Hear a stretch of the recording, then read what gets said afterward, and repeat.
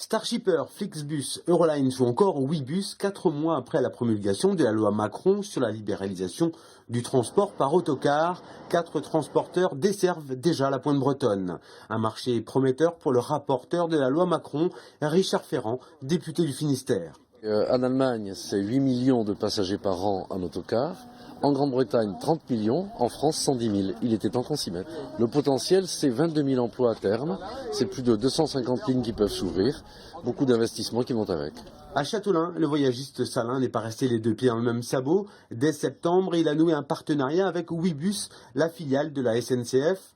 En 2 mois, 2 lignes relient la Bretagne à Paris depuis Rennes et Brest. Avec ces ouvertures, c'est plus de 5 millions d'euros investis dans l'achat de 16 autocars.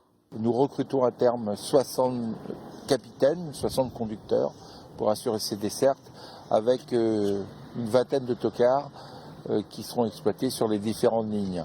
Salin s'appuie sur son réseau de points de vente et sur la force de frappe commerciale de Ouibus, filiale de la SNCF, pour conquérir de futurs clients. Un nouveau marché, une nouvelle clientèle à fidéliser.